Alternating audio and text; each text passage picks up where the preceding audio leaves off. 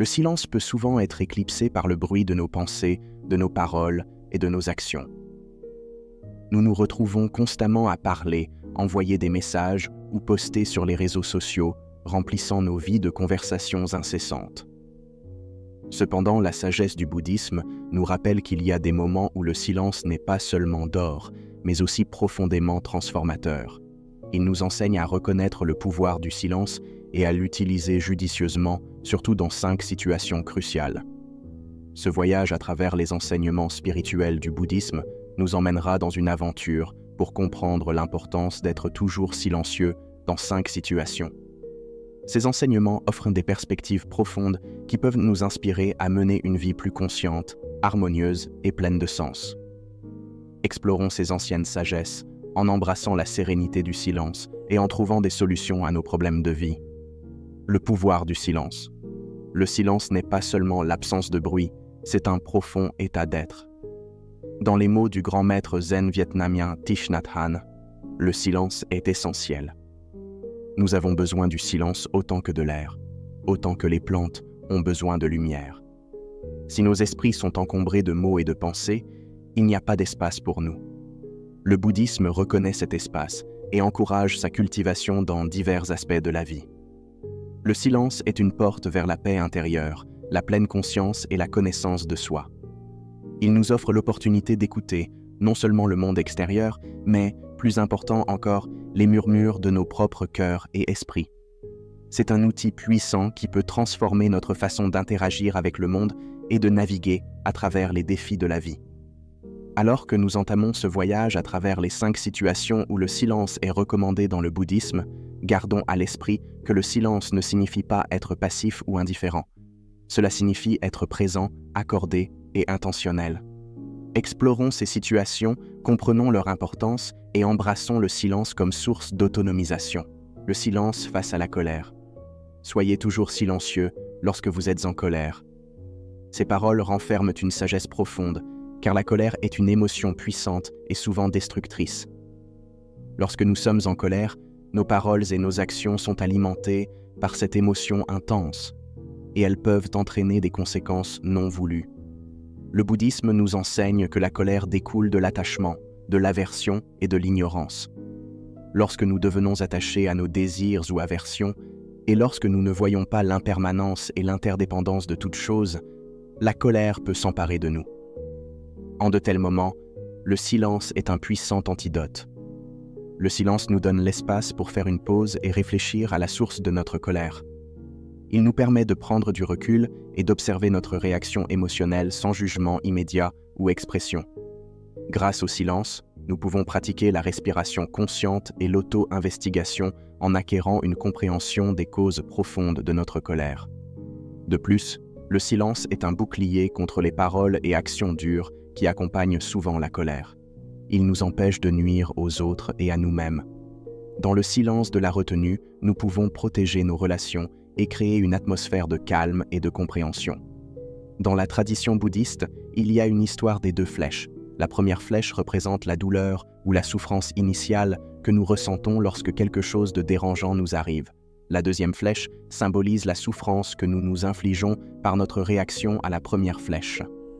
En pratiquant le silence face à la colère, nous pouvons éviter de tirer cette deuxième flèche et réduire la souffrance inutile. Plongeons plus profondément dans la sagesse du silence face à la colère. Pour vraiment comprendre cet enseignement, il est important d'explorer la nature même de la colère et pourquoi le bouddhisme insiste sur le silence comme réponse appropriée. Dans le bouddhisme, la colère est souvent perçue comme une manifestation de nos attachements et aversions. Lorsque nous désirons quelque chose intensément ou que nous avons une aversion pour une situation particulière, la colère peut surgir en réponse à la menace perçue pour nos désirs. L'attachement à nos désirs nous aveugle quant à l'interdépendance de toute chose et à l'impermanence du monde. Face à la colère, le silence devient un sanctuaire de la connaissance de soi et de la réflexion. Lorsque nous sommes en colère, nos esprits sont obscurcis par les émotions et nos pensées sont souvent irrationnelles et impulsives. Dans cet état, nos paroles et nos actions peuvent conduire au regret et au préjudice, tant pour nous-mêmes que pour les autres. Le silence nous permet de prendre du recul par rapport à l'intensité immédiate de notre colère. Il crée une distance entre nos émotions et nos réactions. Au lieu de réagir impulsivement dans l'instant, nous pouvons prendre une inspiration, nous donner un moment de calme et observer la colère sans jugement. Cette pratique repose sur la pleine conscience et la connaissance de soi, des composantes clés du chemin octuple. Dans le silence, nous pouvons nous poser des questions essentielles. Pourquoi suis-je en colère? À quoi suis-je attaché dans cette situation? Quelle aversion déclenche cette colère? Ces questionnements peuvent nous conduire à des connaissances profondes sur les causes fondamentales de notre colère. Nous pouvons découvrir que nos attachements sont irréalistes, que nos aversions sont basées sur des malentendus ou que nos attentes provoquent notre souffrance. De plus, le silence sert de bouclier en nous protégeant des conséquences de nos paroles et actions impulsives. Lorsque nous sommes en colère, nous pouvons dire des choses blessantes ou prendre des décisions regrettables. En choisissant le silence, nous évitons de nuire aux autres et préservons l'intégrité de nos relations. L'histoire des 2 flèches illustre ce point magnifiquement. La première flèche représente la douleur ou la souffrance initiale que nous ressentons lorsque quelque chose de dérangeant nous arrive. Cela fait partie de la vie et est inévitable. Cependant, la deuxième flèche symbolise la souffrance que nous nous infligeons par notre réaction à la première flèche. En réagissant à la première flèche avec colère, nous tirons la deuxième flèche, causant une souffrance inutile. Grâce à la pratique du silence face à la colère, nous pouvons apprendre à gérer la première flèche de manière plus habile. Nous reconnaissons la douleur, mais ne la compliquons pas avec notre colère et notre réactivité. Cela réduit non seulement notre propre souffrance, mais aussi nous empêche de nuire aux autres, favorisant un environnement plus compatissant et harmonieux. Le silence face à la colère est un appel à la pleine conscience, à la connaissance de soi et à la retenue. Il nous donne le pouvoir de transformer la colère en compréhension et en compassion. En adoptant cet enseignement, nous pouvons progressivement cultiver la résilience émotionnelle et la sagesse. La pratique du silence face à la colère ne consiste pas à refouler nos émotions ou à nier leur existence. C'est une invitation à aborder nos émotions de manière plus constructive et consciente. Lorsque nous restons silencieux, nous créons un espace pour la réflexion sur soi et la compassion envers soi-même. Nous reconnaissons notre colère sans jugement et l'observons avec curiosité. Ce simple acte d'attention à nos émotions peut être transformateur. En plus de la connaissance de soi, le silence nous permet également d'écouter plus attentivement les autres. Lorsque nous sommes en colère, notre attention est souvent uniquement centrée sur nos propres sentiments et perspectives. Nous pouvons être tellement absorbés par nos émotions que nous ne parvenons pas à entendre ce que l'autre personne dit ou à empathiser avec son point de vue. En choisissant le silence, nous pouvons ouvrir nos cœurs et nos esprits à une compréhension plus profonde de la situation et des personnes impliquées. Le pouvoir du silence face à la colère réside dans sa capacité à interrompre le cycle de la réactivité. Lorsque nous répondons avec colère à une situation, nous déclenchons souvent une réaction en chaîne d'émotions et d'actions négatives. Notre colère peut provoquer la défensive ou la colère en retour chez les autres, entraînant un cycle destructeur de conflits. Le silence interrompt ce schéma et offre une opportunité pour une résolution plus paisible et constructive. En fin de compte, la pratique du silence face à la colère conduit à un plus grand équilibre émotionnel et à une plus grande équanimité. Elle nous donne le pouvoir de lâcher prise sur les rancunes et les ressentiments, faisant place au pardon et à la compréhension.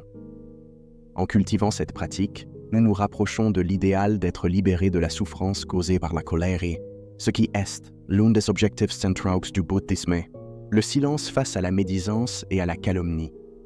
Soyez toujours silencieux lorsque vous entendez de la médisance et de la calomnie. Cet enseignement souligne l'importance de la parole consciente et les conséquences de s'engager dans une communication nocive. La médisance et la calomnie sont comme des flèches un peu isolées qui peuvent nuire non seulement à la personne dont on parle, mais aussi à celui qui parle. Dans le bouddhisme, le discours juste est une ligne directrice éthique fondamentale qui met l'accent sur l'importance de parler de manière véridique, bienveillante et bénéfique. Les commérages et la diffamation vont à l'encontre de ces principes et peuvent créer de la disharmonie et de la souffrance.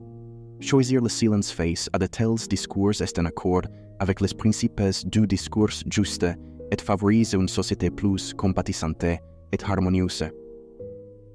Les commérages et la diffamation découlent souvent d'émotions négatives telles que la jalousie, la rancune ou le désir de nuire à la réputation de quelqu'un. S'engager dans de tels discours non seulement perpétue des émotions négatives en nous-mêmes, mais propage également la négativité aux autres. Cela peut endommager les relations, la confiance et les liens communautaires. Le silence dans ces situations sert à plusieurs fins. Tout d'abord, il nous empêche de participer à des discours nuisibles. En choisissant de ne pas participer au commérage ou à la diffamation, nous évitons les conséquences morales et karmiques de dire des mensonges ou de causer du tort à autrui. Deuxièmement, le silence offre l'occasion de réfléchir à l'intention derrière les commérages ou la diffamation. Nous engageons-nous dans ce comportement par envie, colère ou peur. Une telle autoréflexion peut être un catalyseur pour la croissance personnelle et la transformation. De dire plus, choisir le silence peut encourager ceux qui s'engagent dans des commérages à reconsidérer leurs paroles. Lorsque nous refusons de participer ou d'écouter de telles conversations, cela envoie le signal que nous ne tolérons pas un tel comportement. Cette non-participation peut inspirer d'autres à réfléchir à l'impact de leurs paroles. Les commérages et la diffamation sont répandus dans notre société et leurs effets néfastes sont bien documentés. Dans le bouddhisme, ces comportements sont considérés comme des violations du discours juste, l'un des composants du chemin octuple. Le discours juste consiste à utiliser nos mots de manière consciente et éthique, à promouvoir l'honnêteté, la bienveillance et une communication bénéfique. L'interdiction des commérages et de la diffamation repose sur une compréhension du pouvoir des mots. Les mots ont la capacité de façonner notre réalité, d'influencer nos émotions et d'impact sur la vie des autres. Lorsque nous nous engageons dans des commérages ou de la diffamation, nous le faisons souvent par des émotions négatives telles que l'envie, la rancune ou la colère. Ces émotions peuvent obscurcir notre jugement et nous amener à dire des mensonges ou à exagérer les défauts des autres. Le préjudice causé par les commérages et la diffamation est double. Tout d'abord, il nuit à la personne dont on parle. Les paroles fausses ou méchantes peuvent endommager sa réputation, entraîner une détresse émotionnelle et tendre les relations. Ensuite, il nuit à la personne qui parle. S'engager dans des discours négatifs peut créer des conséquences karmiques négatives, entraînant de la souffrance à l'avenir. De plus, cela perpétue des émotions négatives chez le locuteur, contribuant à sa propre souffrance. Choisir le silence face au commérage et à la diffamation est un moyen puissant de rompre le cycle de la négativité. C'est un acte de non-participation, un refus de contribuer à la propagation de paroles nuisibles. Cela non seulement correspond au principe du discours juste, mais protège également notre propre karma et notre bien-être émotionnel. Le silence nous offre un moment de pause, une chance de réfléchir à nos intentions. Lorsque nous sommes confrontés à des commérages ou à de la diffamation, nous pouvons nous demander pourquoi nous sommes attirés par de tels discours. Le faisons-nous par envie, pour nous sentir supérieurs ou pour nuire à quelqu'un? Cette auto-interrogation peut être transformative, car elle porte attention à nos propres émotions négatives et à la souffrance qu'elles causent. De plus, choisir le silence peut envoyer un message puissant aux autres. Lorsque nous refusons de participer à des discours nuisibles, cela montre notre désapprobation de ce comportement. Notre silence peut inspirer les autres à réfléchir à l'impact de leurs paroles et peut même les dissuader de continuer avec leurs discours négatifs. Dans un sens plus large, le silence face au commérage et à la diffamation favorise une culture de la bienveillance, du respect et de l'empathie. Cela nous encourage à regarder au-delà des défauts et des lacunes des autres et à nous concentrer sur leurs qualités positives. Cela favorise la compréhension et la compassion, contribuant à la création d'une communauté plus harmonieuse et bienveillante. La pratique du silence face au commérage et à la diffamation incarne les idéaux bouddhistes du discours juste et de la compassion. Elle nous permet d'utiliser nos mots de manière plus consciente, de protéger notre propre bien-être et de contribuer à une société plus positive et harmonieuse. Le silence au milieu des conflits, toujours être silencieux pendant les conflits. Le conflit est une partie inévitable des interactions humaines, mais la manière dont nous l'abordons peut avoir un impact significatif sur son issue. Le bouddhisme nous encourage à choisir le silence comme réponse au conflit, en mettant l'accent sur le rôle de la pleine conscience, de la compassion et de la compréhension dans la résolution des conflits. Les conflits naissent souvent de différences d'opinion, de valeurs ou d'intérêts. Ils peuvent conduire à des arguments enflammés, à des paroles blessantes et à une détresse émotionnelle. Dans de tels moments, le silence peut agir comme un baume apaisant, nous permettant de prendre du recul, de réfléchir et de répondre avec sagesse et compassion. Le silence au milieu des conflits ne consiste pas à éviter ou à réprimer nos sentiments. Il s'agit de créer un espace pour l'écoute active, l'empathie et la recherche d'un terrain d'entente.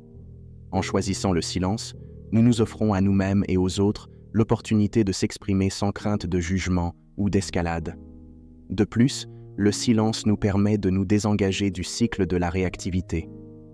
Lorsque nous répondons au conflit par la colère ou la défensive, nous avons souvent tendance à aggraver la situation, ce qui rend plus difficile d'atteindre une résolution.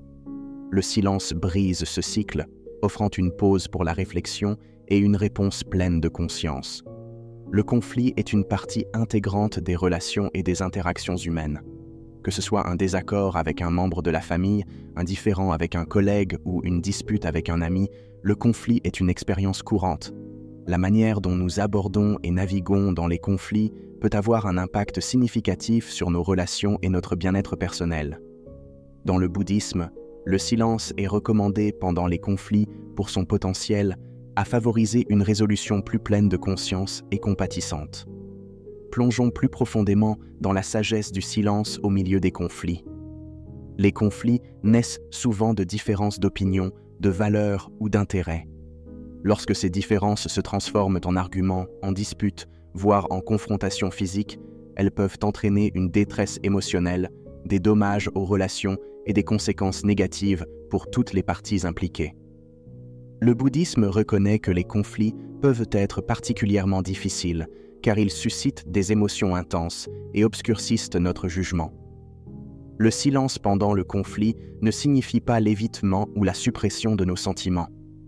Au contraire, c'est un choix intentionnel de créer un espace pour l'écoute active, l'empathie et la compréhension. C'est une pause qui permet aux deux parties de s'exprimer sans craindre un jugement immédiat ou une escalade. Dans cet espace, nous pouvons reconnaître nos propres émotions et réactions ainsi que celles de l'autre partie. Le silence dans le conflit sert d'outil puissant pour l'écoute active, une compétence souvent négligée mais essentielle pour une communication efficace. Lorsque nous sommes silencieux, nous pouvons nous concentrer pleinement sur ce que l'autre personne dit, entendre ses paroles, comprendre sa perspective et ressentir de l'empathie pour ses sentiments. Cette écoute compatissante peut désamorcer la situation et ouvrir la voie à un dialogue plus constructif. De plus, le silence offre une opportunité d'auto-réflexion. Dans l'intensité du conflit, nous pouvons nous laisser emporter par nos émotions, ce qui rend difficile de voir le tableau d'ensemble ou de prendre en compte les conséquences à long terme de nos actions. En choisissant le silence, nous nous accordons un moment pour réfléchir aux causes profondes du conflit, à notre propre rôle et aux solutions potentielles. Un autre aspect du silence dans la résolution des conflits est la prévention de l'escalade. Lorsque nous répondons aux conflits par la colère, la défensive ou les contre-attaques, nous avons souvent tendance à perpétuer le cycle de la négativité. Cela rend plus difficile la recherche d'un terrain d'entente ou l'atteinte d'une résolution.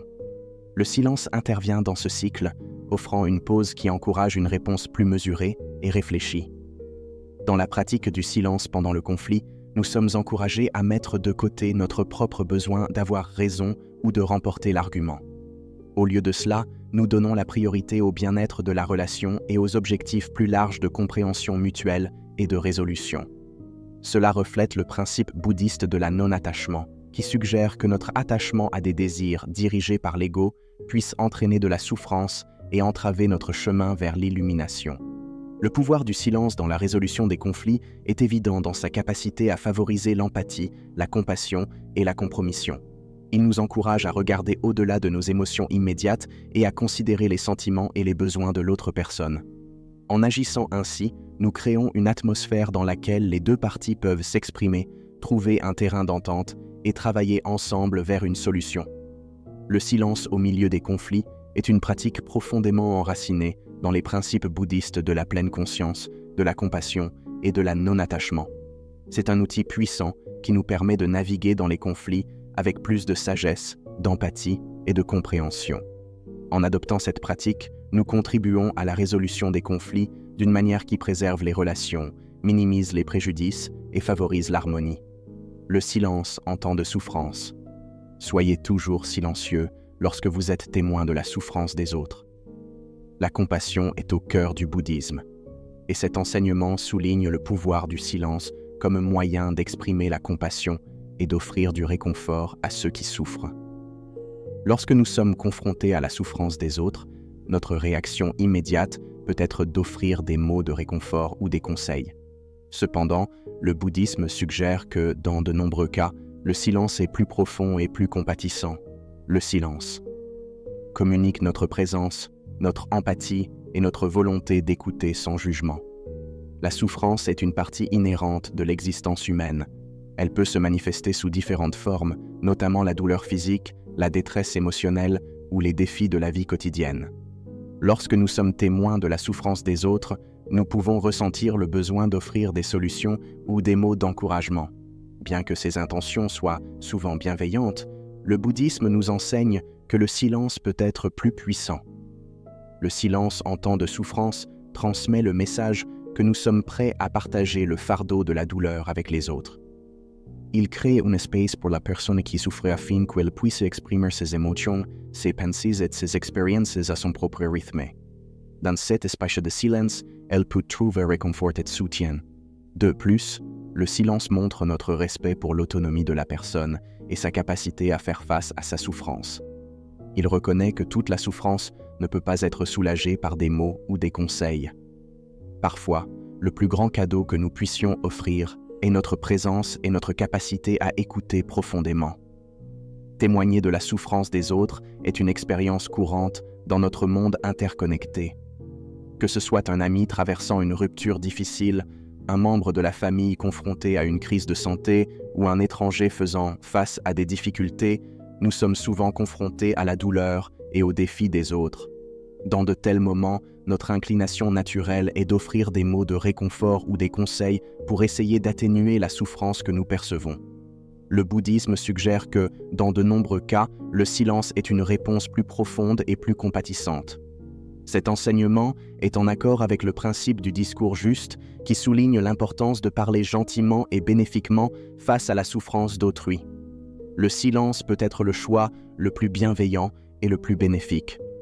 Le silence en temps de souffrance communique notre présence et notre empathie. Il transmet le message que nous sommes là pour soutenir et écouter la personne qui souffre. Les mots, même bien intentionnés, peuvent parfois ne pas suffire à exprimer la profondeur de notre compassion. En revanche, le silence crée un espace pour que la personne qui souffre puisse partager ses émotions, ses pensées et ses expériences à sa manière. Avec le temps, cela offre un refuge où elle peut être entendue sans jugement. Dans cet espace de silence, les individus trouvent souvent réconfort et soutien. Ils peuvent se sentir moins pressés de montrer un visage courageux ou d'accepter des solutions prématurées. Le silence leur permet d'exprimer leur souffrance dans sa forme brute et non filtrée. Ce processus de partage peut être extrêmement thérapeutique, car il valide leurs sentiments et leurs expériences. De plus, le silence est un puissant moyen de reconnaître l'autonomie de la personne qui souffre. Il respecte sa capacité à naviguer dans sa douleur et sa souffrance.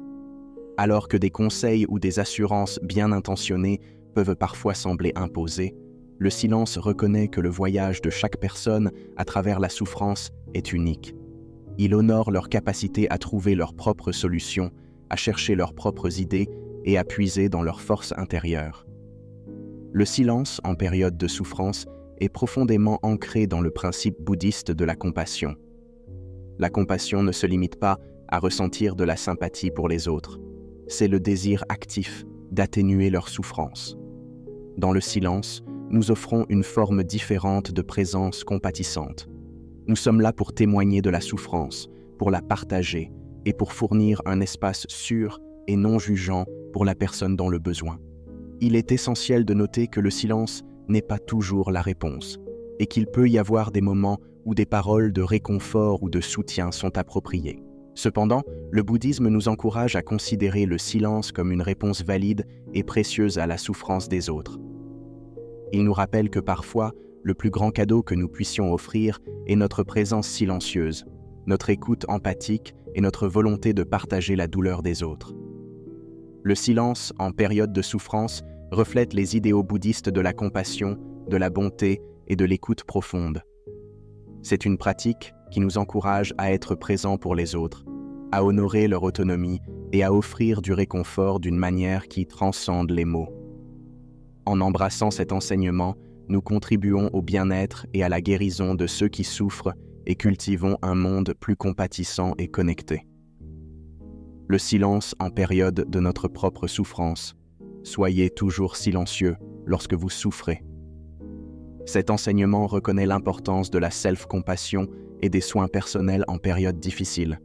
Il nous encourage à nous tourner vers l'intérieur et à embrasser le pouvoir guérisseur du silence dans nos vies. Nous rencontrons tous des moments de douleur, de détresse et de souffrance, que ce soit la perte d'un être cher, une crise personnelle ou une période de tourmente émotionnelle. La souffrance fait partie intégrante de l'expérience humaine.